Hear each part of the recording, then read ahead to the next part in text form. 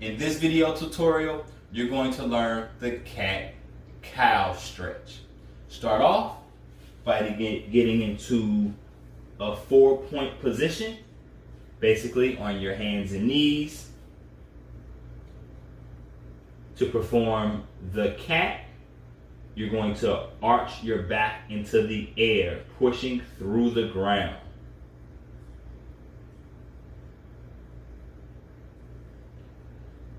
Now, to perform the cow position, you bend your back in the opposite direction.